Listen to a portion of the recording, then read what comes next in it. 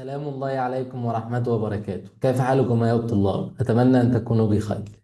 معادنا النهاردة تاني درس في الأبلايد Rectilinear Motion with Uniformly Accelerate. كنا أخدنا المرة اللي فاتت Rectilinear Motion، بس ما كانش الأكسلريشن ما كانش يونيفورم. كان السرعة بتتغير مع الوقت، أو آسف، السرعة دايما كانت ثابته. فكان الموشن كان هو نفسه اللي يونيفورم موشن. يونيفورم موشن يعني السرعه بتاعته ثابته ما بتتغيرش، ماشي في نفس الاتجاه بنفس السرعه، مفيش اي تغيير. درس النهارده هنتكلم بقى على تغيير في السرعه.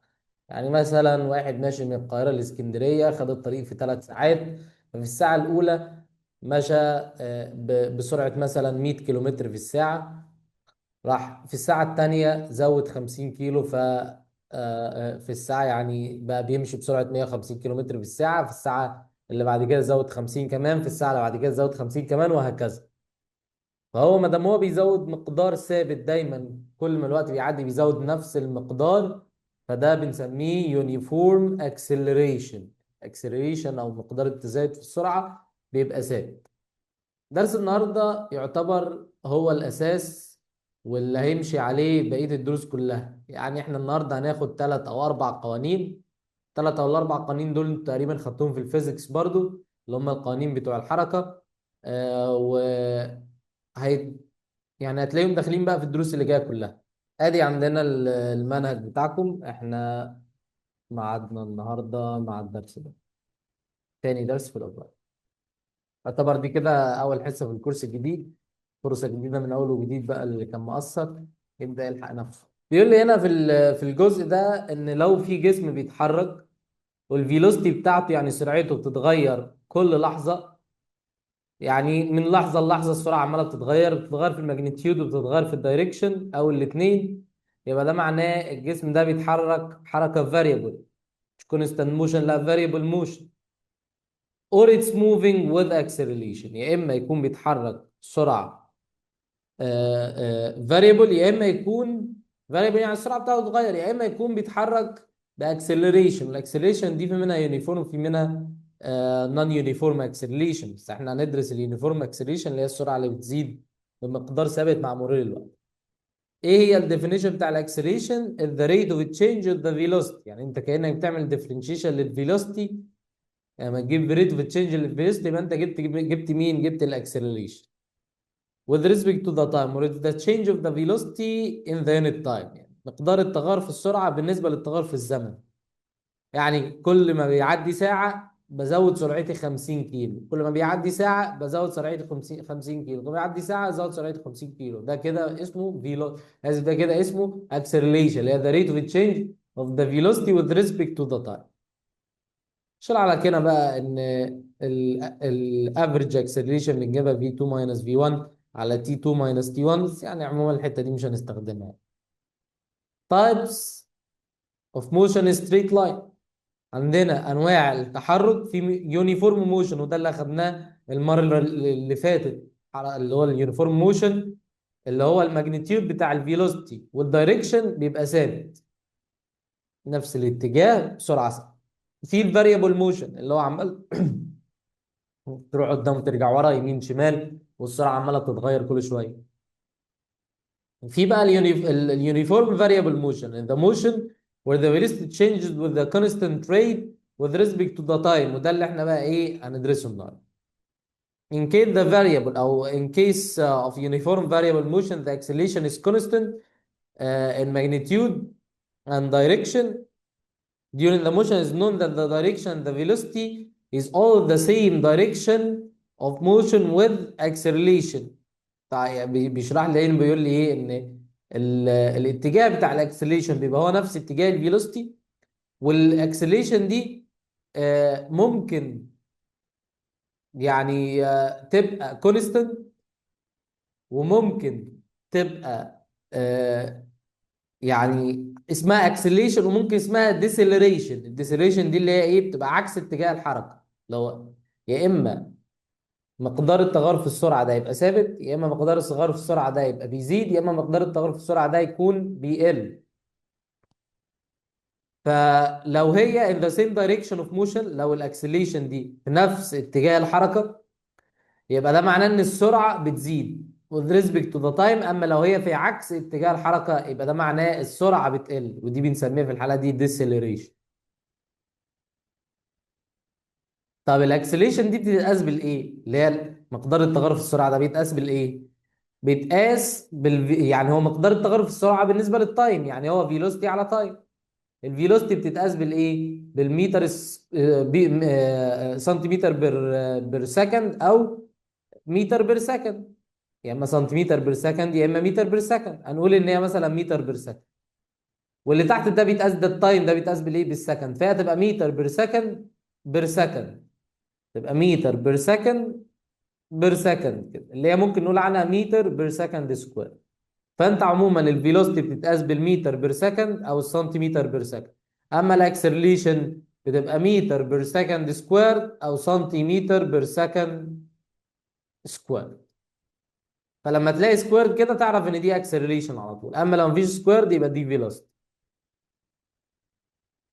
في الاكزامبل ده بيتكلم على موضوع التحويلات، ان انت لو عايز تحول من كيلومتر بير اور لمتر بير سكند، بتضرب في 5 على 18 زي ما قلنا قبل كده. طب عايز تحول من كيلومتر بير اور لسنتيمتر بير سكند، يبقى 250 على 9.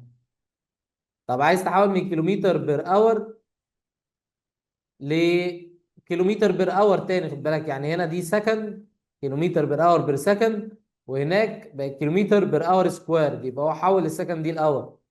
حول السكند الاور يعني ايه؟ يعني قسم على 60 باي 60، قسم على 3600. وطبعا هو قسم عليها من تحت، فالدينومينيتور بتاع الدينومينيتور بيطلع نيوميريتور تاني، فطلعت من فوق. عموما اهم حاجتين هم دول، دول اللي بيحركوه. وكل الفكره انت ايه؟ يعني مثلا عندك هنا 1 كيلومتر بير اور بير سكند، بتخليها كده 1 كيلومتر بير اور بير سكند. انت عايزها تبقى ايه؟ عايزها متر بير سكند، خلاص يبقى حول الكيلومتر لمتر، اضربه في 1000. وانت والاور دي حولها لسكند، يبقى اضربها في 60 في 60. هتضربها في 6 عشان تحول لمينت، وبعد كده 60 تاني عشان تحول لسكند. فبقت المساله 1000 اوفر 60 باي 60، اللي هي 5 اوفر 18. احنا طبعا المفروض حفظناها بعد كده كيلومتر بير اور. طبعا يعني هي كيلومتر بير اور، انت عايز تحولها لمتر بير سكند. يقول لي بس دي كانت كيلومتر بير اور بير سكند. اقول له ما هي السكند دي لما تحول دي لسكند، فالسكند مع السكند دي هيبقوا سكند سكويرد هناك، مش هتفرق في حاجه. تمام. المهم خلينا كيلومتر بير اور دي اللي هنستخدمها، يبقى هتعمل تايمز 5 اوفر 18. اما لو انت هتحول كيلومتر بير اور لسنتيمتر بير سكند، يبقى تضرب في 250 على 9. والعكس طبعا، لو انت راجع يبقى هتقسم. مهم جدا التحويلتين دول، مهمين جدا استخدمهم. في الملاحظة دي بيقول لي ده معنى ايه؟ A particle moves in a straight line with uniform acceleration of magnitude 6 in the direction of motion. وهنا a particle moved in a straight line with a uniform acceleration of magnitude 8 km per minute in opposite direction of its motion. هنا في same direction وهنا في opposite direction. يبقى ده معناه ايه؟ That means the magnitude of the velocity of the particle increases. انما هنا decreases. ليه؟ لان عكس اتجاه الحركة. طب هنا بتزيد بمقدار قد ايه؟ 6 سنتيمتر لكل ثانية. ده مقدار الزيادة. انما هنا بتقل بقد ايه؟ بتقل ب 8 كيلومتر بير اور بير مينت. وممكن طبعا انت تحولها وتخليها الاثنين مينت او تخليها الاثنين اور، ايا كان، بس خلينا زي ما هي كده. المهم دي مقدار النقصان ودي مقدار الزيادة، لان دي في نفس الاتجاه ودي في عكس الاتجاه. في الجراف ده بيوضح لي 3 انواع من الاكسلريشن. نوعين لسه قايلينهم، والنوع الثالث كونستنت. كونستنت اكسلريشن يعني الاكسلريشن بزيرو، يعني او اسف مش كونستنت اكسلريشن، كونستنت فيلوستي، يعني ماشيين بيونيفورم فيلوستي. مفيش تغير في الحركه، في ساعتها الاكسلريشن هيبقى زيرو. دي الرسمه بتاعت الاكسلريشن، هنا فيلوستي بير تايم. فالاكسلريشن كده ثابته، مفيش تغير في السرعه بالنسبه للزمن، يبقى ساعتها الاكسلريشن زيرو. اما هنا السرعه بتقل بالنسبه للزمن، يعني كل ما الزمن يزيد السرعه تقل، كل ما الزمن يزيد السرعه تقل، كل ما الزمن يزيد السرعه تقل. يبقى دي كده اسمها ديسلريشن، السرعه بتقل مع مرور الزمن. انما هنا السرعه بتزيد مع مرور الزمن، ده اسمه اكسلريشن. كده السرعه زادت، دي السرعه ايه، دي السرعه ايه، السرعه كانت هنا زادت هنا، بعديها زادت هنا كمان، يبقى السرعه زادت زادت زادت، والوقت زاد زاد زاد. انما هنا الوقت زاد والسرعه عماله تقل، يعني هنا اهو عند الوقت رقم واحد السرعه رقم واحد كانت فوق، عند الوقت رقم اتنين السرعه رقم اتنين كان تحت، عند الوقت رقم تلاته السرعه رقم تلاته كانت تحت، فالسرعه بتقل مع مرور الوقت. يبقى ساعتها دي ديسيلريشن. الحته دي مش مهمه قوي، بيقول لي يعني بس انت لما تيجي تعمل سلوب للديسبيسمنت او للكيرف بتاع الديسبيسمنت مع التايم، اللي هو كانك بتجيب سلوب للكيرف بتاع المسافه مع الوقت، يبقى انت كده بتجيب الالجبريك ميجر بتاع الفيلوسيتي، اللي هو مقدار تغير المسافه بالنسبه للزمن، ومقدار تغير السرعه بالنسبه للزمن، يبقى ده اكسلريشن. والاريا اندر ذا كيرف ده موضوع برضو ايه، آه مش مهم قوي، بس يعني كل الفكره ان انت لو عندك كيرف وجبت المساحه تحت الكيرف، فالمساحه تحت الكيرف ده بتمثل، لو هو كيرف فيلوسيتي وتايم يبقى المساحه دي هتمثل ديسبيسمنت، لو هو فيلوسيتي اكسلريشن وتايم هتمثل فيلوسيتي. هتدرسوها بعدين، ما تشغلوش بالكم بيها دلوقتي. نبدا دلوقتي بقى في اهم جزء معانا في الحصه، اللي هو equations of the uniform variable motion. ثلاثه equations، اهم حاجه تبقى عارف يعني ايه العلامه دي. العلامه دي في نود، اللي هي ال velocity of the particle at the beginning of the measuring time، اللي هي الانيشيال velocity اللي بنسميها الانيشيال velocity الفي نود. طبعا لو انا حطيت شرطه يبقى انا قصدي على الفيكتور بتاعها، لو ما حطيت شرطه يبقى قصدي على الجبريك ميجر اللي هو الرقم بتاعها. يعني الفي دي اللي هي الفيلوسيتي نفسها او الفاينل فيلوسيتي، ممكن نقول عنها فاينل فيلوسيتي او فيلوسيتي على طول، اللي هي السرعه بتاعت النهايه. يعني دي كده انيشال ودي كده فاينل. دي السرعه اللي الجسم بدأ يتحرك بيها، دي السرعه الجسم نهى التحرك بيها، يعني عند نهايه التحرك او عند السكون. الاس دي الديسبيسمنت، اللي هي المسافه اللي الجسم قطعها. والاي طبعا اللي هي الاكسلريشن ومقدار التزايد في السرعه. الاربع رموز دول مهمين جدا جدا جدا. عندنا هنا الفيرست ايكويشن اهي، هي دي الفي بتساوي الفي نوت بلس اي في تي.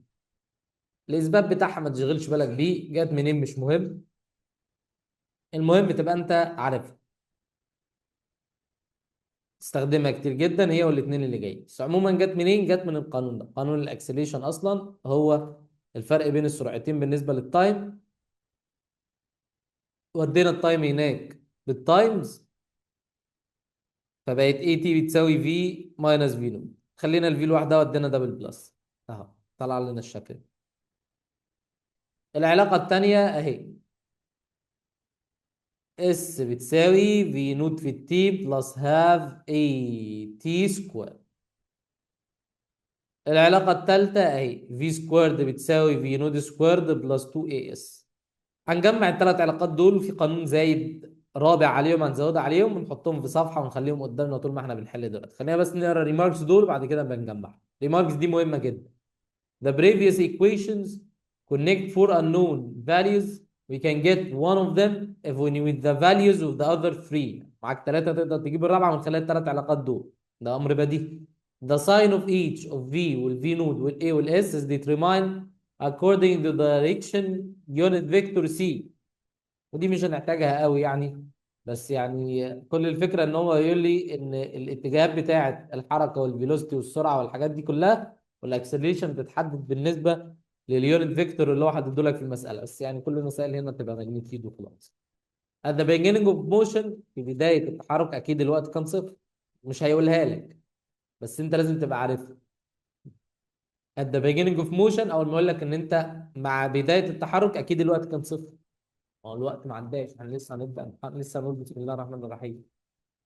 The body starts its motion from the rest. لو الجسم بدأ يتحرك من الثبات يبقى ده معناه ان الفي نوت بزيرو. الجسم بدأ يتحرك من وضع الثبات يبقى ده معناه ان الفي نوت بزيرو. يعني سرعة البداية زيرو، بيتحرك من الثبات. فبارتيكل of the particle reach the maximum displacement. ودي كلمة خبيثة جدا، خلي بالك منها. كلمة maximum displacement دي يعني أقصى سرعة. أقصى سرعة، آسف، أقصى مسافة. أقصى مسافة الجسم ممكن يوصل لها. كأنك مثلا إيه، بتحدف كرة لفوق.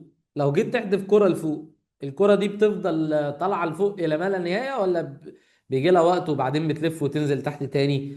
أكيد بيجي لها وقت وتنزل تلف تحت تاني. طيب، امتى نزلت لفت تحت تاني؟ لما وصلت لأقصى سرعة. يبقى انت حذفتها فهي وصلت، آسف، لأقصى مسافة. وصلت لأقصى مسافة، بعديها راحت لفت ورجعت تاني. دي أقصى مسافة وصلت لها. فعند أقصى مسافة هي وصلت لها، وقفت. وقفت لحظيا وبعدها رجعت تاني. فلما وقفت لحظيا ده معناه ان السرعة النهائية بتاعتها عند اللحظة دي كانت زيرو، لان هي اتحدفت بسرعة، ففضلت السرعة تقل تقل تقل تقل تقل تقل لحد ما السرعة بقت زيرو، وبعد كده بدأت تنزل تاني. فلما اجي اقول لك الماكسيمم ديسبيسمنت يعني اقصى مسافة تقدر توصل لها، يبقى ده معناه ان ساعتها في اللحظه بتاعت اقصى مسافه دي انت وصلت لها، اكيد اكيد سرعتك كانت صفر، لان انت خلاص مش هتتحرك تاني. دي اقصى مسافه ما تقدرش تعدي بعد كده. خد بالك هنا، دي عند الثبات السرعه الابتدائيه بزيرو، انما عند الماكسيمم ديسبيسمنت السرعه النهائيه بزيرو. دي انيشيال فيلوسيتي سرعه البدايه، ودي فاينل فيلوسيتي سرعه النهايه. The particle move with uniform velocity. كلمة uniform velocity يعني السرعة ثابتة ما بتتغيرش. ثابتة ما بتتغيرش. uniform velocity السرعة ثابتة ما بتتغيرش. يبقى ساعتها الاكسلريشن بزيرو. مقدار التغير في السرعة زيرو، السرعة ما بتتغيرش. خلاص هي uniform. The particle moved with the maximum velocity. برضو maximum velocity معناها ان السرعة ثابتة، لان انا بقول لك maximum velocity يعني اقصى سرعة تقدر توصل لها. انت خلاص مشيت بالعربية ورحت طالع على اقصى سرعه العربيه تتحملها، اللي هي سرعه 200 مثلا، وخلاص انت عمال تدوس على البنزين والسرعه ما بتزيدش. خلاص هي العربيه اخرها ال 200. فعند الماكسيمم فيلوسيتي يبقى الاكسليشن زيرو، مقدار التغير في السرعه زيرو، خلاص مفيش تغير في السرعه. The particle returns back to starting point على initial position، يبقى الاس بزيرو. دي معلومه مهمه. جسم انت رميته كده لقدام وبعديها راح راجع تاني لنفس المكان اللي انت رميته فيه، يبقى الديسبيسمنت زيرو. لان الديسبيسمنت دي هي اصلا اقصر مسافه من نقطه البدايه لنقطه النهايه. طب نقطه البدايه ونقطه النهايه هما نفس النقطه، يعني الجسم راح ورجع لنفس المكان تاني، يبقى خلاص مفيش مسافه ما بين البدايه والنهايه، يعني الديسبيسمنت ساعتها تبقى زيرو. ده القانون الرابع المهم اللي كنت بقول لك عليه، اللي هو in case of knowing the values of V node و V و T is not necessary to have the value of A to calculate the displacement S, and we can use the equation S equal V node plus V over 2 times T. خد بالك الحتة دي، القانون ده مهم جدا، وهقول لك مهم ليه كمان شوية. هقول لك مهم ليه كمان شوية. اللي هو انت هنا عايز تجيب مين؟ الديسبيسمنت من خلال قوانين الحركه الثلاثه اللي احنا اخدناهم من شويه. عشان تجيب الديسبيسمنت هتلف حوالين نفسك شويه. فالقانون ده بيسهل لك جدا موضوع ان انت تجيب الديسبيسمنت لو انت مش معاك الاكسلريشن. لو انت مش معاك الاكسلريشن بتجيب سرعه النهايه وسرعه البدايه، تقسمهم على الاثنين اللي هي الافريج فيلوسيتي، وتعمل لها تايمز التايم. The direction of velocity is always in motion direction, but the direction of the acceleration could be.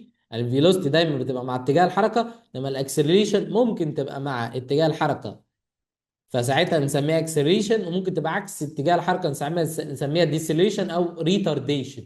الاثنين ينفعوا نفس المعنى.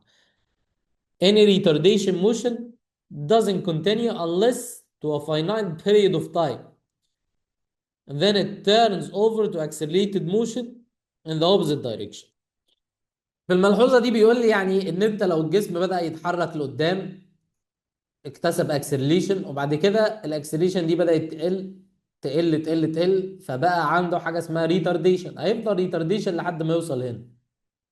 بعد ما يوصل هنا، لو فضل الريتارديشن ده زايد، يعني فضل السرعه عماله تقل تقل تقل، يبقى هتتحول بقى لسرعه في عكس الاتجاه، ساعتها يبقى اكسلريشن في عكس الاتجاه.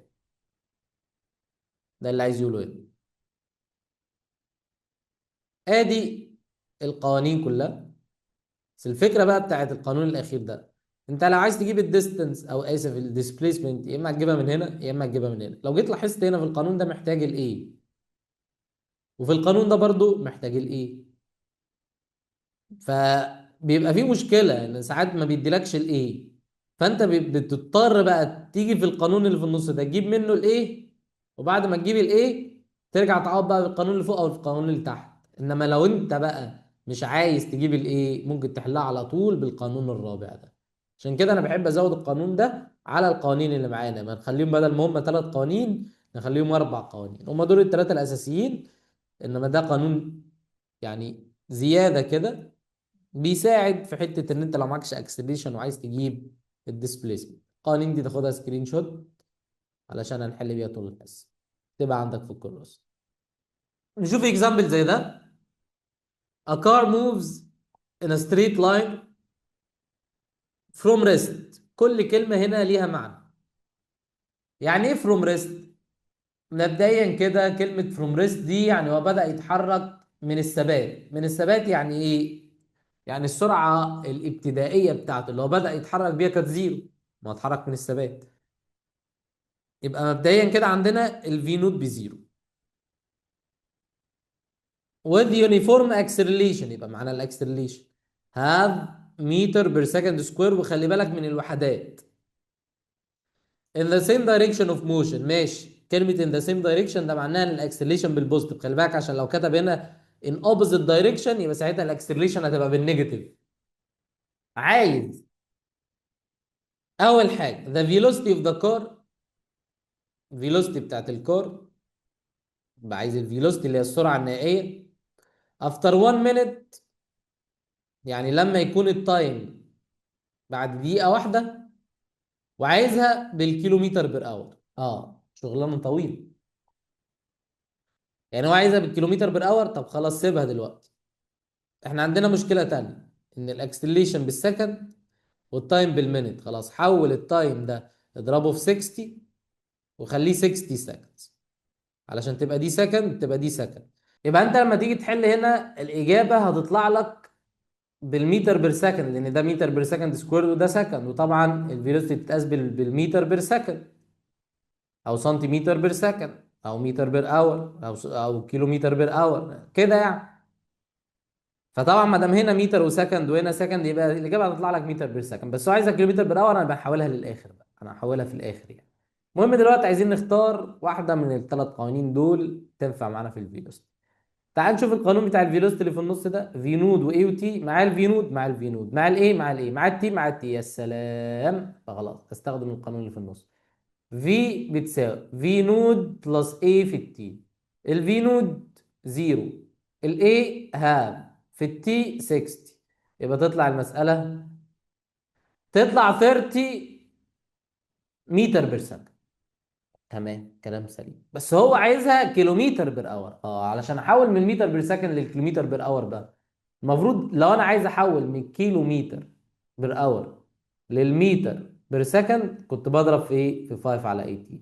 خلاص هنا تقسم في 5 على 18 اللي انت هتحول العكس، يبقى تعملها 30 ديفايدد 5 اوفر 18 تتحول للكيلومتر بير اور، اللي هي 30 تايمز 18 اوفر 5. هنا 1 وهنا 6 يبقى 6 تايمز 18. 6 تايمز 8 48 يبقى 6 تايمز 8 48. 8 ومعنا ال 4. 6 تايمز 1 6 و 4 10 يبقى 108 كيلومتر بر اور. ده كده الجزء الاول. في الجزء الثاني بيقول لي انا عايز الالابس تايم، يعني احنا عندنا نفس الحاجات بتاعه المساله اللي هي الفي نوت بزيرو والاكسلريشن بهاف متر بير سكند سكوير، بس المره دي بقى عايز الالابس تايم، يعني التايم هو اللي مش معروف وعايزه يكون بالسكند. till the car's velocity becomes 90 كيلومتر بير اور. ده متر بير سكند ده كيلومتر بير اور. خلي بالك اضرب في 5 على 18 وخليها متر بير سكند. يبقى 90 تايمز 5 اوفر 18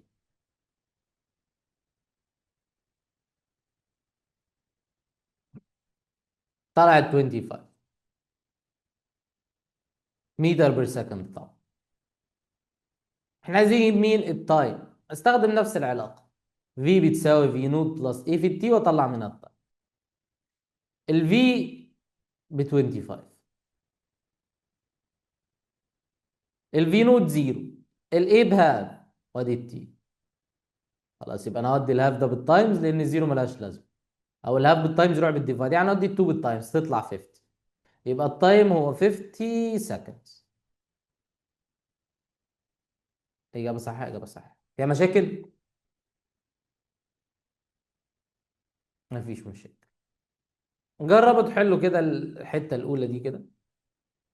شوف السؤال ده يقول لي هنا ايه: a particle started its motion in a straight line with uniform acceleration. ماشي. في فرق بين كلمة uniform acceleration و uniform velocity. uniform velocity يعني الاكسلريشن بزيرو، لما uniform acceleration يعني في acceleration بس مقدارها ثابت، وده اللي احنا بندرسه. مقدار الاكسلريشن كام؟ 5 سنتيمتر بير سكند سكوير. طب بالبوزيتيف ولا بالنيجاتيف؟ بيقول لي and the initial speed 20 in the opposite direction of its acceleration. يعني الاكسلريشن والفيلوسيتي في عكس الاتجاه، يبقى ده معناه ان الاكسلريشن هتبقى بالنيجاتيف. ما لما تيجي تعوض عن الاكسلريشن تعوض عنها بالنيجاتيف. يبقى انا اقول له اول حاجه اكتشفتها دلوقتي ان الاكسلريشن هي مش 5، لا هي نيجاتيف 5 سنتيمتر بير سكند، لان الاكسلريشن والفيلوسيتي في عكس الاتجاه. الانيشال فيلوسيتي اللي هي الفي نود 20 سنتيمتر بير سكند. سنتيمتر بير سكند، سنتيمتر بير سكند، تمام الدنيا تمام. find the velocity and the displacement. عايز الفيلوسيتي، عايز الديسبيسمنت بعد اول حاجه ان الوقت يكون 3 ثواني، تاني حاجه ان الوقت يكون 4 ثواني، وبعد كده الوقت 6 ثواني، وبعد كده الوقت 9 ثواني. بسيطه جدا. يبقى 4 مسائل في مساله واحده، يعني مش حكايه. هشتغل بأنه قانون؟ ها، اللي عارف يقول. شايفين أنه قانون ينفع نشتغل بيه؟ الأول ولا التاني ولا التالت؟ احنا عايزين مين؟ عايزين الاس. معانا في وفي نود واي وتي. ايه رأيكم في الأخير ده؟ اهو في نود معانا، تي معانا، والاي معانا، والتي معانا. طب الأولاني ينفع؟ اه برضو الأولاني ينفع. يعني الأول ينفع والأخير ينفع. أنا أشتغل بقى على الأخير عشان يطلع لي الاس مرة واحدة. أقول من هنا الاس بتساوي في نود في التي بلس هاف اي تي سكوير. في نود بكام؟ 20 تايمز التايم 3 بلس هاف تايمز الاي نيجاتيف 5 في التي 3 سكوير. احسبها شوف تطلع كام. اهو دي الحالة الأولى. 20 تايمز 360، ودي كده 9 في 545، يبقى ماينس 22 ولا 45، يبقى 22.5. 60 minus 22.5 تطلع 37.5 سنتيمتر طبعا، لان دي كانت بالسنتيمتر. دي كده الديسبيسمنت. عايزين نجيب الفيلوسيتي كمان، يبقى اشتغل على القانون الاول بقى، اللي هو الفيلوسيتي سكوارد ايكوال في نود سكوارد بلس 2 اي اس. معاه الفي نود 20 باور اوف 2 بلس 2، والاي نيجاتيف 5، والاس لسه جايبينها 37.5. طبعا كنت ممكن اجيبها بالقانون اللي في النص، اصل القانون اللي في النص مش محتاج اس، والقانون اللي في النص احسن. لو انا بدأت اجيب الفي قبل ما اجيب الاس هيبقى في نوت بلس اي تي، لان ساعتها مش هيبقى معايا الاس لسه. بس انا ما دام معايا الاس يبقى ينفع القانونين. خلينا في التاني او اسهل حتى، ما فيهوش باور اوف 2، لان الفي باور اوف 2 لسه هتاخد سكوير روت. الفي نود 20 بلس الاي نيجاتيف 5 والتي 3 اهو، يبقى 20 ماينس 15 5. دي فيلوسيتي يبقى سنتيمتر بير سكند. ادي الفيلوسيتي وادي الديسبيسمنت 37.5 و5. اجابه صحيحه. طب لو التايم بفور، ولو التايم ب 6، ولو التايم ب 9. نفس القانون يعني، مش حكاية. نفس القانون، هتكتب نفس القانون وتطلع الإجابة. تطلع معاك الاس كام هنا في الحالة دي؟ قول خلاص، هي نفس القوانين، مش حكاية. 0.40 يبقى هنا 40 سنتيمتر، عشان انا كاتب فوق الفيلوستي الاول. والفيلوستي هتكتبها بنفس القانون اللي تحت ده، هتطلع معاك 0 سنتيمتر بير سكند. واللي بعدها الاس هيطلع معاك 30 سنتيمتر. والفي هيطلع معاك نيجاتيف 10 سنتيمتر بير سكند. طبعا نيجاتيف 10 دي معناها ايه؟ رجعت في عكس الاتجاه. وهنا الاس بنيجاتيف 22.5 سنتيمتر، والفي بنيجاتيف 20 سنتيمتر بير سكند. اهو، ودي 40 اهي، والفي ب 0 سنتيمتر بير سكند. اهو، نفس القوانين اللي احنا عملناها في النوع الاول. طب واحد يقول لي اشرح لي بقى كده، ايه يعني معناه ايه الكلام ده؟ معناه ايه هنا الديسبيسمنت 37.5 بعديها بقى 0 بعديها بقى نيجاتيف 10 وبعديها بقى نيجاتيف 20، وهنا الفيلوسيتي 5 بعديها بقت ولا هنا كانت 37.5 بعديها 40 بعديها 30 بعديها نيجاتيف 22.5. هنا دي كانت الفيلوسيتي 5 بعد كده الفيلوسيتي بقت 0 بعد كده الفيلوسيتي بقت نيجاتيف 10 وبعد كده الفيلوسيتي بقت نيجاتيف 20. ده معناه ايه؟ انا الجسم اتحرك 37.5 سنتيمتر، بعد كده وصل لل 40، بعد كده رجع تاني لل 30. يبقى هو كان طالع لقدام وبعد كده رجع لورا وبعد كده رجع لورا اكتر. وكمان النيجاتيف دي معناها ان هو رجع قبل نقطة البداية. يعني لو فرضنا ان الجسم هو الشكل ده، هنقول الجسم بدأ التحرك بتاعه من هنا، اتحرك لحد ما وصل ل 37.5، بعديها وصل لل 40 اللي هي زودنا عليها 2.5 كمان، وصل لل 40 في المكان ده. بعديها راح لف ورجع تاني بقى، لف ورجع تاني. ساعتها وصل لل 30، او لف رجع 10 سنتيمتر وصل لل 30، المسافه دي بقت 30. وبعديها بقى راح رجع لحد نيجاتيف 22.5، 22.5 لورا يعني دي نقطه البدايه ورجع قبليها كمان، قبل نقطه البدايه ب 22.5. يعني هو عند النقطه دي اهو، عند النقطه دي كان الديسبيسمنت بتاعته 37.5، وعند النقطة دي كانت الديسبيسمنت بتاعته 40، وعند النقطة دي كان الديسبيسمنت بتاعته 30، وعند النقطة دي كان الديسبيسمنت بتاعته نيجاتيف 22.5 اللي هي 22.5 بس في ايه؟ في الاتجاه العكسي. وده بيفسر برضو السرعة، ان سرعته كانت 5، السرعة بتاعته كانت 5، فضلت تقل تقل تقل تقل لحد ما بقت زيرو. اه، عند ال 40 بقت زيرو يعني، عند ال 40 بقت زيرو. بعدها بدأ يرجع تاني بقى، بدأت السرعة بتاعته تقل، قلت بقت نيجاتيف 10 يعني رجع في عكس الاتجاه. اه، رجع في عكس الاتجاه لحد ما وصل هنا كانت السرعه بتاعته نيجاتيف 20. السرعه عماله تقل في عكس الاتجاه، يعني كانها كده بقت 20 في الاتجاه العكسي لنقطه البدايه. ده معنى الارقام اللي طالعه. نشوف سؤال تاني.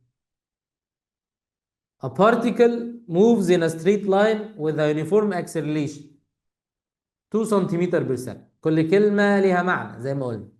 الجسم بيتحرك بيونيفورم اكسلريشن، يعني الاكسلريشن بتاعته ب 2 in the same direction of motion. يبقى بوزيتيف 2 ولا نيجاتيف 2؟ بوزيتيف 2، عشان هي في نفس اتجاه الحركه. after covering a distance يبقى الاس 2.25 meters. الفيلوسيتي became، يعني الفيلوسيتي بقت 50 سنتيمتر بير سكند. عايزين الانيشال فيلوسيتي اللي هي الفي نود.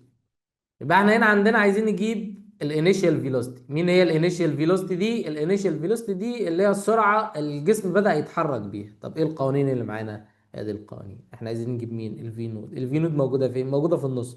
طب في النص محتاج تايم. هل انت عندك تايم؟ لا. طب ما هي موجوده فوق وموجوده تحت برضه، موجوده في الاول وموجوده في الثالث.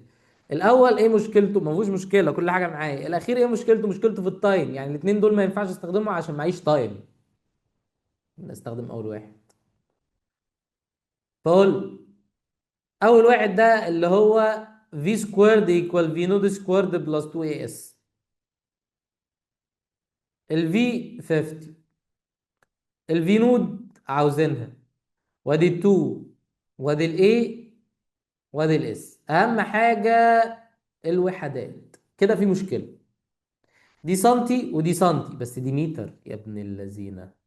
اعمل لها تايمز 100 عشان تحولها للسنتي هي كمان، تبقى 225. خلي بالك، وحدات اهم حاجة. دي 5 تايمز 5 25، وادي 2 0، وادي الفي نود سكويرد، و2 تايمز 2 4، 4 تايمز 225، هي 225 اربع مرات يبقى 800 900. ودي ال 900 بالماينس هتدي لك 1600. وادي الفي نود سكويرد خد سكوير روت تبقى بوزيتيف اور نيجاتيف 40 تدي لك الفي نود. يعني الفي نود دلوقتي بوزيتيف اور نيجاتيف 40 سنتيمتر بير سكند. وطبعا ايه، انا هاخدها بوزيتيف ليه؟ لان هو في نفس اتجاه الحركه، نفس اتجاه الحركه، يبقى ناخدها بوزيتيف زي الاكسلريشن. الاتنين بوزيتيف زي بعض. وبرضه نفس الكلام هنا في الفيلوسيتي بوزيتيف زيهم، لازم كلهم يبقوا زي بعض ما دام هم في نفس اتجاه الحركه. يبقى الفيلوسيتي او الفي نود هنا هي 40 سنتيمتر بير سكند. نشوف الاكزامبل ده. A small pole has been pushed in the opposite direction of winds with velocity 5 meter per second. يعني هي الكرة اتحدفت في عكس اتجاه الرياح. يعني هي اتحدفت كده والرياح جاية كده، فأكيد الرياح هترجعها تاني. أكيد يعني هنشوف دلوقتي. المهم إن هي اتحدفت. سرعة الحدفة بتاعتها الفيلوسيتي اللي هي اتحدفت بيها دي الفي نود أكيد يعني. يبقى كده احنا معانا الفي نود على جنب اهي 5 متر بير سكند. It moved in a straight line with deceleration. يعني الاكسلريشن هنا بالنيجاتيف لان دي deceleration، يبقى دي نيجاتيف 2 متر بير سكند سكوير. حط لها نيجاتيف، لو حطيتش نيجاتيف تطلع غلط. Find the elapsed time، عايز يعرف الوقت. For the ball becomes at distance 6 meter from the point of pushing. خلي بالك بقى هنا، هي الكورة اكيد لما اتحدفت عكس اتجاه الرياح اكيد لفت ورجعت تاني. وممكن تكون لفت ورجعت هنا، ممكن تكون لفت ورجعت هنا، وممكن تكون لفت ورجعت هنا. اه هو عايز يعرف الوقت اللي هي تستغرقه علشان تبقى على بعد 6 متر من نقطة البداية. فممكن نقول ان المسافة دي 6 متر وتبقى الكرة هنا، وممكن تبقى الكرة كملت وبعديها لفت وجت هنا تاني فتبقى المسافة دي برضو 6 متر. وممكن الكرة تبقى رجعت لورا، رجعت وتبقى المسافة دي برضو 6 متر. فالكرة ممكن تبقى على بعد 6 متر هنا، ممكن تبقى على بعد 6 متر بعد ما كملت ورجعت تاني، ممكن تبقى اصلا لفت ورجعت قبل ما تكمل ال 6 متر وجت ال 6 متر هنا. المهم الفيصل في الموضوع ده شكل اتجاه الحركة. اصل الموضوع ممكن يبقى عامل كده، ممكن تبقى جت كده، تبقى المسافة دي 3 متر بس، ويبقى جت ال 6 متر هنا. يبقى احنا عايزين الوقت هنا، وممكن يبقى ده اللي حصل، ما احنا مش عارفين. الفيصل بقى هو الارقام اللي هتطلع بالنسبه للتايم. هنشوف دلوقتي ايه اللي هيطلع لنا في التايم. احنا معانا في نود ومعانا ايه ومعانا تي. الفي مش معانا، او يعني عايزين تي. الفي مش معانا بس معانا اس. جميل، الاس دي هتساعدنا كتير. الاس 6 متر. انا عايز التي. التي موجوده في المعادله الثانيه والثالثه. الفي بتساوي في نوت بلس اي تي، بس المعادله الثانيه فيها في والفي مش معايا، يبقى انا مضطر استخدم الثالثه. يبقى الاس بتساوي في نوت في التي بلس هاف اي تي سكوير. مين الاس يا حاجه جودي؟ 6 الاس ب 6. مين الفي نوت؟ 5 والتايم احنا عاوزينه. وادي هاف، والاي بنيجاتيف 2، وادي التي سكوير. دي هتروح مع دي اتفضل لي نيجاتيف 1، يبقى ال 6 بتساوي 5 تي ماينس تي سكوير. هخليها اجيب دي الناحيه دي ودي الناحيه دي، اخليها تي سكويرد ماينس 5 تي بلس 6 ايكوال 0، واحلها بالكالكليتر. تي وتي التايمز بتاعهم 6 والبلس بتاعهم 5، 2 باي 3 الاخير بوزيتيف، الاثنين شبه اللي في النص، يبقى من هنا التي ب 2 ومن هنا التي ب 3. يبقى ده معناه ان الكوره هتبقى على بعد 6 متر لما يعدي ثانيتين ولما يعدي 3 ثواني كمان. بس في مشكله كبيره. انا كده انا كده فهمت ان فعلا نقول ايه، الكرة اتحركت كده فعدى ثانيتين، يعني في اللحظة دي كان التايم ب 2 سكندز، وبعديها راحت طلعت لقدام ورجعت تاني فعدى 3 ثواني. اه طب بالنسبة للحالة دي، الحالة دي خد بالك ساعتها التي ساعتها ممكن نطلعها لو عوضنا عند الاس بنيجاتيف 6، لان الاس في اتجاه الحركه كده دي كده بوزيتيف 6، انما لما رجعت لورا رجعت خلف نقطه البدايه بالشكل ده، يبقى ساعتها الديسبيسمنت دي هتبقى بالنيجاتيف. انا ممكن احل نفس المساله بس بدل ما احط هنا 6 احط نيجاتيف 6، هتطلع لي تايم كمان. يعني الاس بتساوي في نوت في التي بلس هاف اي تي سكوير، فاقول له ادي نيجاتيف 6 وادي 5 تي وادي هاف وادي نيجاتيف 2 وادي تي سكوير، ادي النيجاتيف 6 وادي 5 تي وادي نيجاتيف تي سكوير، يبقى دي هخليها تي سكوير دي نيجاتيف 5 تي نيجاتيف 6 ايكوال 0. اهو دي تي ودي تي، وال6 هتبقى 2 باي 3، ولا احنا عايزين الماينس بتاعهم 5 يبقى 1 باي 6. الاخير نيجاتيف الكبير مع اللي في النص والتاني العكس، يعني من هنا التي بنيجاتيف 1 ودي ريفيوزد مفيش وقت بالسالب، وهنا التي ب 6 دي اكسبتد. يبقى احنا عندنا الكورة هتبقى على بعد 6 متر في 3 حالات. اهي الحالة الأولى بعد ثانيتين لفت ورجعت 3 ثواني، وفضلت مشت مشت مشت لحد ما جت على بعد 6 متر بس في الاتجاه العكسي خلف نقطة البداية، فساعتها الوقت كان عدى ساعتها 6 ثواني. اهو طبعا هنا احنا جبنا ال6 ثواني دي عن طريق ان احنا عوضنا عن المسافة بالسالب بالنيجاتيف. ليه؟ لأن كده احنا مشينا لقدام بوزيتيف انما لما رجعنا لورا نيجاتيف. هو ما حددش احنا طلعنا قدام ولا رجعنا لورا، ما حددش، فاحنا خدنا الحالتين، مرة خدناه من قدام ومرة خدناه من ورا. طبعا واحد يقول لي بس انا ما كنتش اعرف اكتشف الرسمة دي لوحدي، يعني انا الرسمة دي انا ما كنتش اعرف اكتشفها، انا مش فاهم ان الكرة اتحركت كده.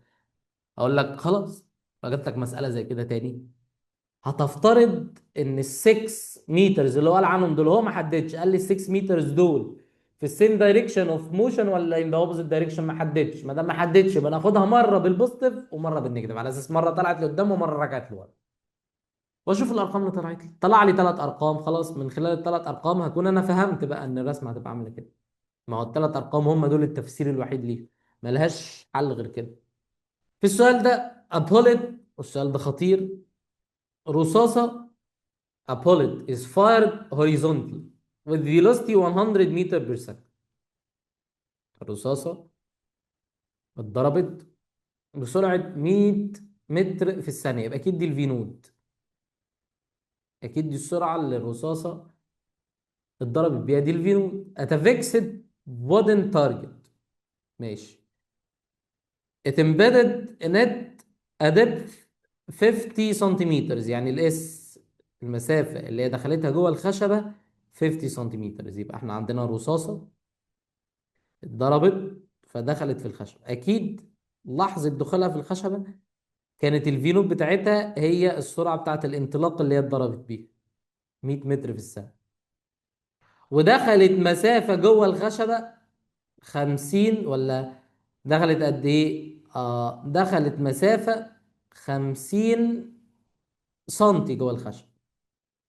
هل هي طلعت؟ ما قاليش إن هي طلعت، هو قال لي دخلت مسافة 50، أكيد يعني دخلت واستقرت جوه، يعني دخلت مسافة 50 يبقى لسه ساعتها ب 50 دخلت واستقرت جوه. ماشي، المسافة دي كده 50 سنتيمتر. تمام. فاين ذا اكسلريشن، اكيد الاكسلريشن المفروض تطلع بالنيجاتيف، اكيد ليه؟ اصل الرصاصة استقرت بعد 50 سنتيمتر، يبقى اكيد سرعتها كانت عمالة تقل تقل تقل تقل لحد ما ثبتت في نص الخشبة مثلا وليكن يعني. احنا عايزين نحسب الاكسلريشن. الشاطر المركز يقول لي يا مستر ما دام الرصاصة استقرت بعد 50 سم يبقى السرعة النهائية بتاعتها زيرو. اه، السرعة النهائية زيرو. صح، ما قالهاش في المسألة، انا اللي اكتشفتها لوحدي. مم. انا عايز اجيب الاكسلريشن، معيش تايم. يبقى ممكن استخدم العلاقة الاولى، معايا في وفي نود واس. العلاقتين اللي بعد كده فيهم تايم فاشلين، بستخدم العلاقة الاولى. في سكويرد بتساوي في نود سكويرد بلس 2 اس. الفي النهائية زيرو، في الابتدائية 100 سكوير، وادي 2 والاي عاوزينها، والاس 50. خلي بالك خلي بالك خلي بالك من الوحدات، دي سنتي ودي متر ودي متر. نهار ابيض، اقسم على 100 علشان تحولها من السنتي ل 100 تبقى 0.5 متر. هنكتبها هنا 0.5. طبعا دي كده عبارة عن 10000 تروح الناحية التانية بالنيجاتيف equals 2 times half ب 1، يبقى ال A بنيجاتيف 10000 متر بير سكند سكويرد. دي ال A، وطبعا طالعة بالنيجاتيف لأن الرصاصة سرعتها عمالة تقل لحد ما استقرت. جه بعد كده قال لي إيه؟ It is fired at another piece. يعني الرصاصة دي اتضربت في قطعة خشب تانية like the first. خد بالك كلمة like the first دي مهمة جدا. كلمة like the first دي معناها ان هي نفس النوع بتاع الخشب اللي فات. الاكسلريشن اللي احنا حسبناها هنا دي، الاكسلريشن دي كده مقدار نقصان سرعة الرصاصة بسبب مقاومة الخشب ليه. ما هو اصل الرصاصة لو اتضربت في حيطة غير لما تتضرب في خشبة، غير لما تتضرب في ازاز، غير لما تتضرب في رملة، غير لما تتضرب في صخر. المقاومة بتبقى مختلفة. وبالتالي لو الرصاصة اتضربت في صخر غير لما تتضرب في خشب، لو اتضربت في صخر عمرها ما هتعدي نفس المسافة اللي عديتها في الخشب، لأن الصخر هيقاوم أكبر، هيقاوم أكتر. فالمسافة اللي هي هتقطعها في الصخر هتبقى أقل من المسافة اللي قطعتها في الخشب، لأن مقاومة الصخر صلب أكتر، مقاومته هتبقى أكتر. فالأكسليشن اللي بتطلع لي دي طلعت لي بسبب إن ده خشب. لو هو صخر كانت هتطلع لي اكسلريشن تانية، مقدار نقصان السرعه كان هيبقى مختلف، لان الجسم مختلف. وبالتالي لما اجي اقول لك ان هي نفس الخشبه، نفس الخشبه يبقى نفس الاكسلريشن. يبقى رصاصه مقدار سرعتها هتناقص بنفس المقدار، بنفس الرقم. يعني الاكسلريشن في الحاله الثانيه بنيجاتيف 10000، دي هي الحاله الاولى اللي احنا حسبناها، لان هي نفس الخشبه. واكيد الفينود، ما هي نفس الرصاصه اتضربت على نفس الخشبة، يبقى أكيد الفينود بنفس الفينود. طب المسافة اللي قطعتها، المسافة اللي قطعتها هنا 50، والسكنس بتاع الخشبة 18. امم خد بالك اللي فوق ما اعطانيش سكنس الخشبة، وقال لي ان هي امبيدد يعني ايه، استقرت جواها على بعد 50 سم. يعني الرصاصة اتضربت فاستقرت على بعد 50 سم جوه الخشبة الأولى. طب في الخشبة الثانية اللي هي سمكها 18، الرصاصة هيحصل فيها إيه؟ هتخترقها. لازم هتخترقها. ليه هتخترقها؟ ما أصل هي رصاصة هنا سرعتها بقت زيرو بعد ما قطعت مسافة 50 سم. طب الخشبة الجديدة دي أصلا هي كلها على بعضها سمكها 18 سم. لما أضرب فيها الرصاصة والرصاصة تخش فيها، هل الرصاصة هتستقر فيها ولا هتعدي الناحية التانية؟ لا، هتعدي، لأن هي أصلا علشان تستقر احتاجت 50 سنتي، فعمرها ما هتستقر هنا لأن المسافة صغيرة، فأكيد الرصاصة هتخترق الخشبة وهتعدي من الناحية التانية كمان. عايزين الفيلوستي، بديهي هيسأل على الفيلوستي اكيد. هنا الفيلوستي بزيرو لان هي استقرت، انما هنا هيسأل على الفيلوستي لان هي عدت الناحية التانية. احنا مش عارفين بقى عدت الناحية التانية وراحت لحد فين. طب هو عايز سرعتها امتى؟ يقول لي ايه؟ find the velocity which the bullet comes out of the piece of the wood. ابن اللذينه، ده عايز سرعتها وهي طالعه من الخشبه. يعني عايز سرعتها بعد ما تعدي ال 18 سم بتوع الخشبه. يبقى ساعتها الاس من هنا هحسبها 18 سم. ليه؟ لان هو عايز السرعه بعد ما تطلع من الخشبه. طب ما هي كده يبقى قطعت مسافه جوه الخشبه 18 سم. احنا عايزين سرعتها بقى بعد ما تعدي ال 18 سم. بس دي سنتي ودي متر ودي متر. حول السنتي المتر divided 100 تبقى 0.18 متر. واشتغل على نفس القانون. في سكوارد ايكوال في نود سكوارد بلس 2 اس. احنا عايزين الفي. يبقى الفي سكوارد ايكوال في نود 100 سكوارد بلس 2 تايمز الاي نيجاتيف 10000 تايمز الاس 0.80 وسكوير روت للاجابه. يعني سكوير روت 100 سكوارد بلس 2 تايمز نيجاتيف 10000 تايمز 0.80 طلعت 80. يبقى ال V 80 متر بير سكند. احنا حولنا دي المتر يبقى هي 80 متر بير سكند. إجابة صحيحة كده بس.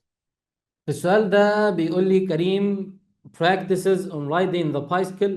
His father pushes him to gain a constant acceleration of magnitude half meter per second for 6 seconds. يبقى هو ادي كريم والده زقه شويه بالعجله لمده 6 ثواني، وكان الاكسلريشن ساعتها هاف متر بير سكند سكوير. After that كريم رايد ذا بايسكل alone. بعد كده كريم ركب العجله لوحده. What velocity gained بالسرعه اللي اكتسبها. كلمه بالسرعه اللي اكتسبها دي مهمه جدا. السرعه اللي اكتسبها دي معناها ان هو ما كانش فيه اكسلريشن في المرحله الثانيه، والسرعه اللي اكتسبها في المرحله الاولى كمل بيها المرحله الثانيه. فهنا كان في نود. تمام. فضل يمشي لحد ما وصل للسرعه النهائيه اللي هو اكتسبها في المرحله الاولى بعد ما والده زقه. فالسرعه النهائيه في المرحله الاولى دي هي السرعه الابتدائيه في المرحله الثانيه، واللي كمل بيها لمده 6 ثواني تانيين. التي هنا كانت 6 seconds بقى. before he falls in the ground. بعد كده وقع على الارض. يعني السرعه النهائيه بقت زيرو، خلاص وقع على الارض. كل الفكره هنا ان في المرحله الاولى كان في اكسلريشن، المرحله الثانيه ما كانش في اكسلريشن. خلينا نمسك المرحله الاولى. هو عايز مين؟ هو عايز الديستنس. خلاص ادي القوانين. قانون الديستنس القانون الاخير او القانون الاول. خلينا في الاخير لان الاول محتاج في والفي مش معانا. احنا معانا في نود. في نود بزيرو طبعا في بدايه التحرك. يبقى حاله والده الفي نود بزيرو متر بير سكند. الاكسلريشن بهاف متر بير سكند سكوير. والتايم ب 6 سكندز واحنا عايزين نجيب الاس. يبقى لسه اشتغل على القانون الاخير. في نود تي بلس هاف اي تي سكوير. طبعا الفي نوت بزيرو يبقى ده اختفى. وادي هاف وادي هاف وادي 6 وادي سكوير. 36 اوفر 4 ب 9 سنتيمتر ولا متر. دي الاس اللي هو مشى بيها في المرحله الاولى، يعني او المسافه اللي قطعها في المرحله الاولى كانت 9 متر. عايزين نجيب المسافه اللي قطعها في المرحله الثانيه. طبعا انت عشان تجيب المسافه اللي قطعها في المرحله الثانيه لو انت هتشتغل على القانون ده فانت محتاج الاكسلريشن. والمرحله الثانيه دي ما فيهاش اكسلريشن اصلا، ما فيش اكسلريشن. هو مشى بالسرعه اللي اكتسبها، فضل ماشي بيها سرعه ثابته لا زادت ولا قلت. يبقى المرحله الثانيه دي هي الدرس اللي فات، اللي هي سرعه التحرك فيها هي السرعه اللي هو نهى بيها في المرحله الاولى. طب فين السرعه اللي هو نهى بيها في المرحله الاولى؟ اللي هي السرعه الابتدائيه اللي هنا دي هتبقى هي السرعه اللي نهى بيها في المرحله الاولى، اللي هي الفي اللي هنا. تعال نحسبها. الفي اللي هنا احسبها بالقانون الثاني. في نود بلس اي تي لان معانا كل حاجه.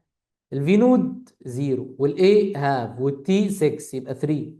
يبقى السرعه في المرحله الثانيه 3 متر بير سكند. دي اللي هيبدا بيها المرحله الثانيه. والمرحله الثانيه هو ماشي بسرعه ثابته لا بتزيد ولا بتقل، مفيش اكسليشن. يبقى الدرس اللي فات المثلث في بتساوي اس على التي، وبالتالي الاس في في التي. الفي اللي هنا اللي هو بدأ بيها هنا دي هي 3 متر بير سكند، يبقى ساعتها الاس في الحالة دي هتبقى الفي في التي اللي هي 3 في ال 6 اللي هي 18 مترز. يبقى في المرحلة الثانية هو قطع 18 مترز. دي اس 2 دي اس 1، يبقى 9 و 18 يبقى التوتال اس او التوتال ديستانس 9 بلس 18 27 meters. The average velocity within the nth second of the uniform variable motion. موضوع الانث سكند ده موضوع يعني آه، بسيط، ممكن تحله بقانونين او بطريقتين. انا افضل طريقة واحدة منهم. هنقول الطريقتين وبعد كده هنحل بطريقة واحدة بس منهم. بيقول لي to find the distance which the particle covered within the nth second. We should find the distance which is covered within the first n seconds, and the distance which is covered with the first n minus 1 seconds. And the difference between them gives us the distance the particle was covered in the nth second. يعني الكلام ده، انا عندي جسم اتحرك ثانية اولى تانية تالتة رابعة خمسة، بقول لك هات لي، قول لي المسافة اللي هو اتحركها من الثانية الثالثة للثانية الرابعة. فأنت كل اللي أنت هتعمله هتجيب من الثانية الأولى للثانية الرابعة، وبعد كده تجيب من الثانية الأولى للثانية الثالثة وتعمل لهم ماينس بعض. يعني هتجيب اس 4 ماينس اس 3 اللي هي الاس عند الثانية الرابعة والاس عند الثانية الثالثة وتعمل لهم ماينس بعض. ده قانون الاس. قانون الاس اللي هو القانون الثالث في نوت تي بلس هاف اي تي سكوير.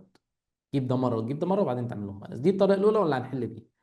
هنا وهنا بقى دي الطريقة الثانية اللي هي موضوع الافريج فيلوسيتي في التايم.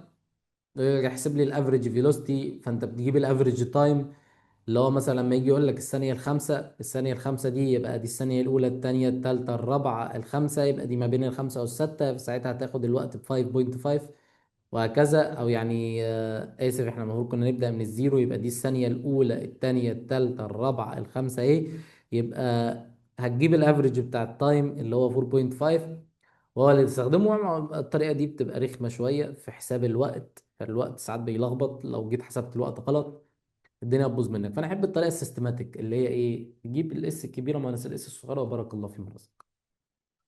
طبعا أنا أعطي لك إكزامبلز على الطريقة التانية، دي إكزامبلز على الطريقة التانية مش شغلش بالك بيها. أدي هنا كل الأفكار اللي ممكن تعدي عليك. يعني مثلا لو جه قال لك هات لي within the seventh second، يبقى تجيب الثانية السابعة ماينس الثانية الستة، يعني تجيب ديستانس عند الثانية السابعة والديستانس عند الثانية الستة وتعملهم ماينس بعض. قال لك الثيرد والفورث، طبعا ادي الأولى الثانية الثالثة والرابعة، يبقى تجيب الرابعة ماينس الثانية. طب قال لك الفورث والفيفث والسكس، يبقى تجيب الستة ماينس الثالثة. لأن طبعا هنا إيه بنجيب اللي قبلها، يعني الثانية الرابعة دي تبدأ من عند الثانية 3 لحد الثانية 4، والثانية 5 من الثانية 4 للثانية 5، ومن الثانية 6 الستة من الثانية 5 للثانية 6، وهكذا. يعني دي الثانية الرابعة، دي الثانية الخامسة، دي الثانية الستة. أهو. فأنت عايز من الرابعة للستة، يبقى دي الرابعة الخامسة الستة، يبقى أنت عايز المسافة دي، يبقى تجيب الكبير ماينس الصغير أهو 6 ماينس 3. هنا خد أكبر رقم ماينس اللي قبل الفور، أكبر رقم 4 ماينس اللي قبل 3 2 يبقى 4 ماينس 2، وهنا 6 ماينس اللي قبل الفور 3 يبقى 6 ماينس 3، وهكذا. نشوف مسألة. A particle moves in a constant direction with initial velocity 20 سنتيمتر per second. ماشي، يبقى الفي نود 20 سنتيمتر per second.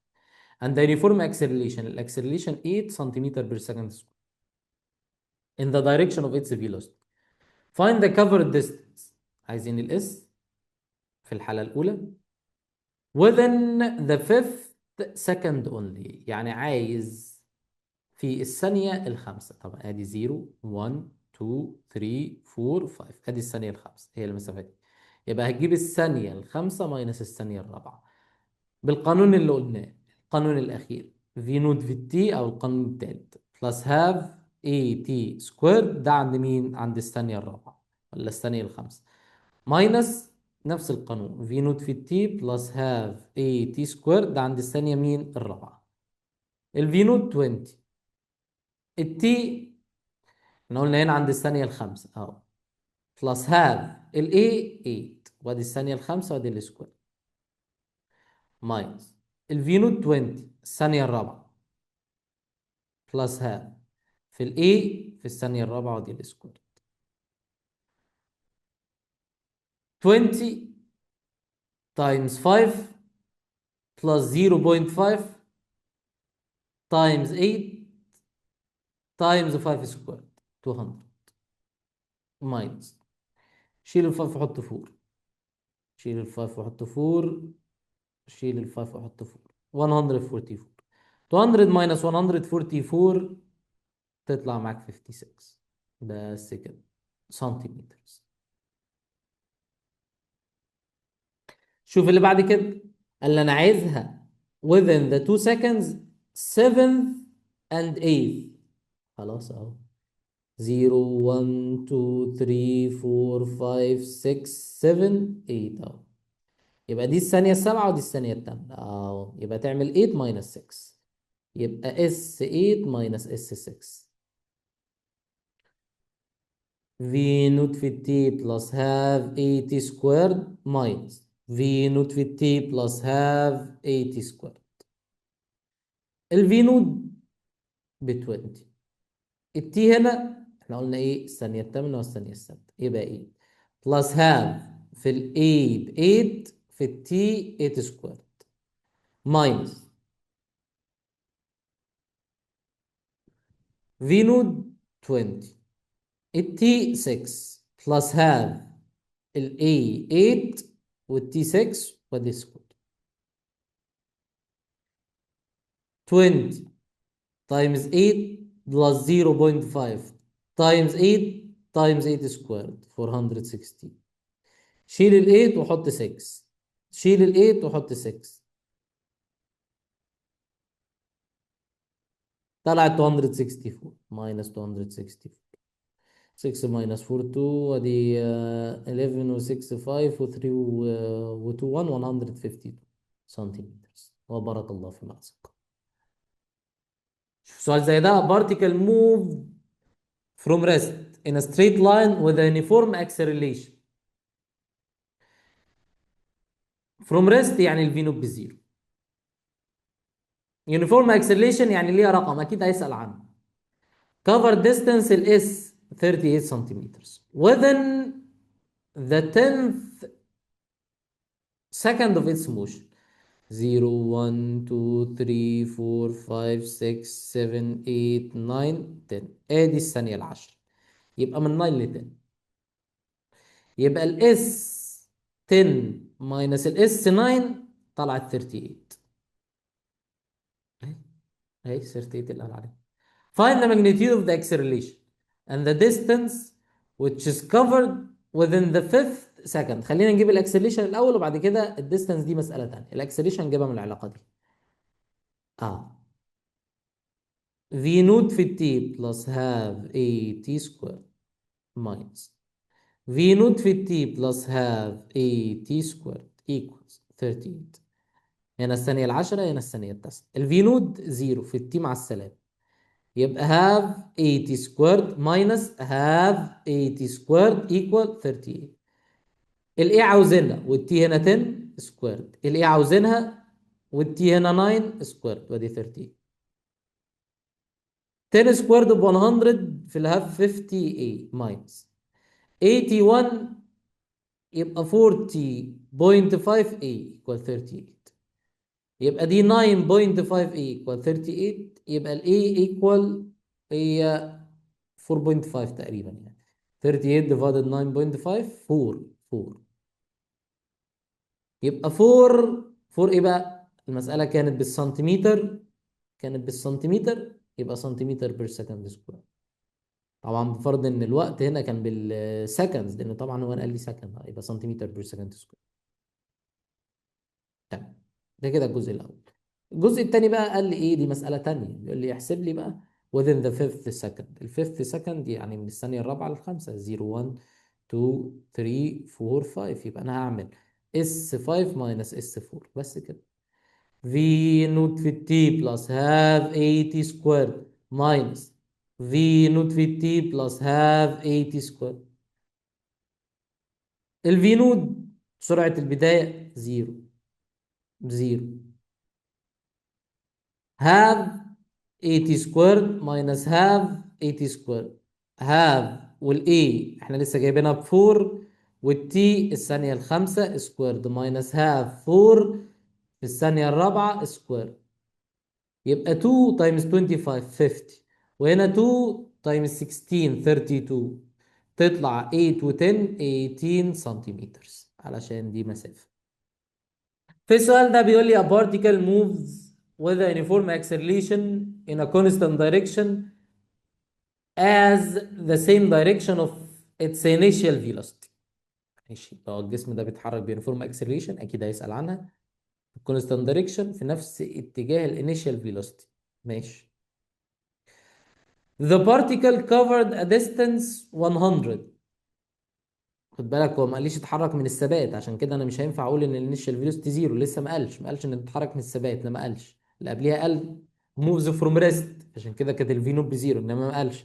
الديستانس الاس ب 100 سنتيمتر within the first 5 seconds from its motion.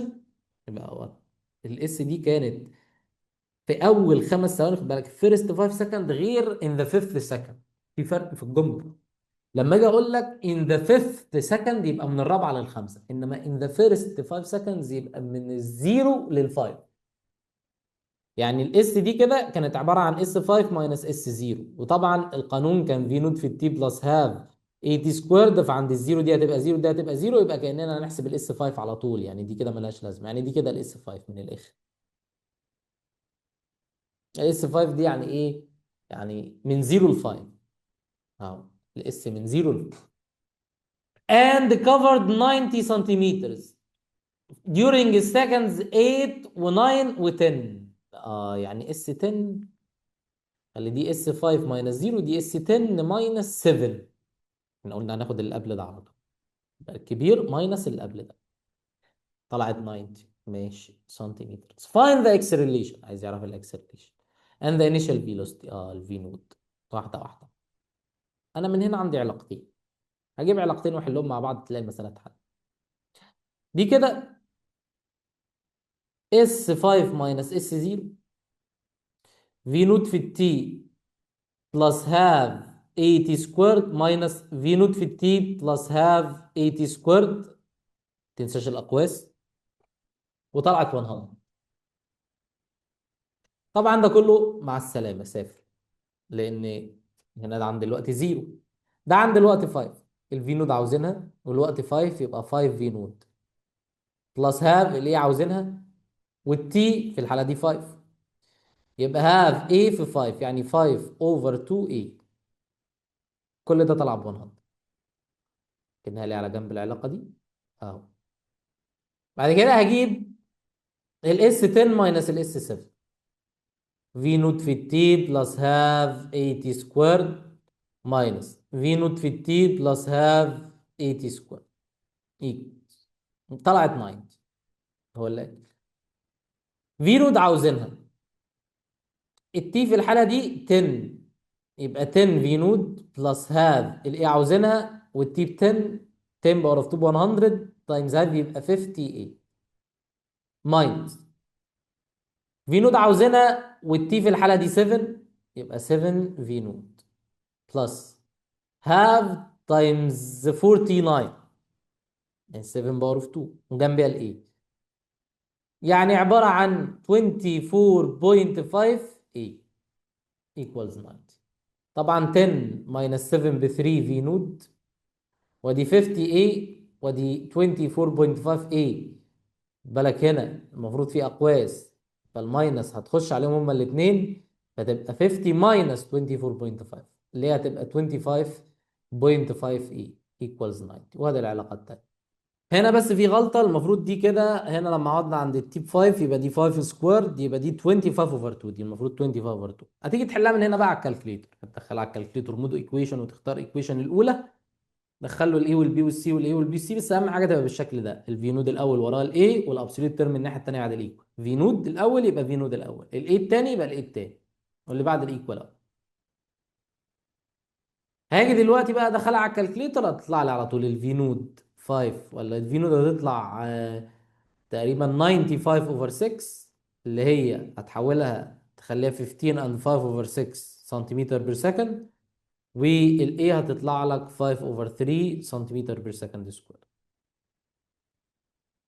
نشوف بقى سؤالين اختياري كده. يقول لي هنا في السؤال ده the opposite figure represent the velocity time graph، ده velocity و time، ماشي، of a car moving in a straight line. Then the covered distance during the first 15 seconds equal، يعني هو عايز المسافة دي كلها، ماشي. واضحة خالص هنا ان الفيلوسيتي ثابتة مع الزمن، يبقى هنا مفيش اكسلريشن. يبقى في الحالة الأولى دي هشتغل بالمثلث الدرس الأول اللي فات، الفي بتساوي الاس على التي، فيلوسيتي بتساوي الديستانس على التايم. أنا عايز الديستانس، يبقى فيلوسيتي في التايم. الفيلوسيتي في الحالة دي الفيلوسيتي قصادها 10 والتايم قصاده 10، يبقى 10 في 10، يبقى المسافة دي 100 سنتيمتر، ولا متر عشان هنا قايلها بالمتر. طب في الحالة التانية لا، في الحالة التانية في اكسلريشن لأن السرعة بتتغير مع الزمن. طب احنا عايزين نحسب المسافة. آه القوانين، هل في قانون منهم ما فيهوش اكسلريشن؟ كلهم فيهم اكسلريشن إلا القانون السحري الأخير. بص، أنا عايز بس سرعة البداية وسرعة النهاية والوقت، مش محتاج الاكسلريشن، لأن هنا عشان تقعد تجيب الاكسلريشن شغلانة طويلة. أنت هتجيب الاكسلريشن من العلاقة التانية، وبعد ما تجيب الاكسلريشن من العلاقة التانية ترجع تعوض بقى في العلاقة الأولى أو العلاقة الأخيرة، العلاقة الأولى والعلاقة الثالثة يعني. فالقانون الأخير ده بيسهل عليك الدنيا أهو. هتيجي من هنا تقول لي الاس بتساوي في نود بلس في اوفر 2 في التايم بس. مين الفي نود؟ سرعة البداية اللي بدأ بيها الحركة كانت 10، وسرعة النهاية كانت 20. خلاص يبقى 10 بلس 20 اوفر 2 اللي هي تطلع 15 تايمز التايم اللي قطعوا المسافة دي كده كانت كام؟ كانت 5 سكندز بس كده. 15 تايمز 5 45، ولا 15 تايمز 5 75 75. يبقى دي كده 75 متر ودي كده 100 متر، يبقى التوتال ديستانس مجموعهم هما الاثنين على بعض 175. The given figure represents the curve of velocity and time for a particle moves in a straight line from the origin point, then the distance covered by the particle from the origin point after 2 seconds. عايز المسافة بعد الثانيتين دول. خلاص هنا في اكسلريشن، في اكسلريشن، القانون اللي لسه قايلينه في نود بلس في اوفر 2 في التايم، ادي يدي لك الاس على طول. البدايه كانت زيرو، والنهايه نهايه الخط الازرق كان 4 اوفر 2، والتايم 2، دي راحت مع دي يبقى 4، وبارك الله في رزقك. طبعا عندك هنا في سؤالين بقى كده لسه ما حليناهمش، بس يعني ايه، مش ضروري بقى نحلهم، كفايه الاسئله اللي فاتت دي لمت كل الافكار، ممكن تقروهم مع نفسكم. عندك السؤال رقم 10 والسؤال رقم 11 دول موجودين في الكتاب. احنا كمان خدنا شويه تشوز. آه نبعت لكم ان شاء الله الفيديو بتاع حل التشوز كله، واسئله كتاب المدرسه من الايساي، وكمان الكويز بتاع المعاصر، كل ده هبعت لكم على الويب سايت. وان شاء الله نبعت لكم كويز، ونبعت لكم فيديو حل الكويز، ونشوف الدرجات، ونتواصل مع ولي الامر. ادي الامبورتنت نوتس، القوانين اللي احنا درسناها الاربع قوانين. وادي عندك موضوع الثانيه المعينه، الثانيه الخامسه، الثانيه السادسه، وهكذا. طبعا انتوا عارفين الهوم ورك اللي عليكم بقى، اللي تشوز كله اسئله كتاب المدرسه من الايساي والكويز بتاع المعاصر. وبهذا القدر نجتزئ. عليكم كده، مراوح مراوح مراوح.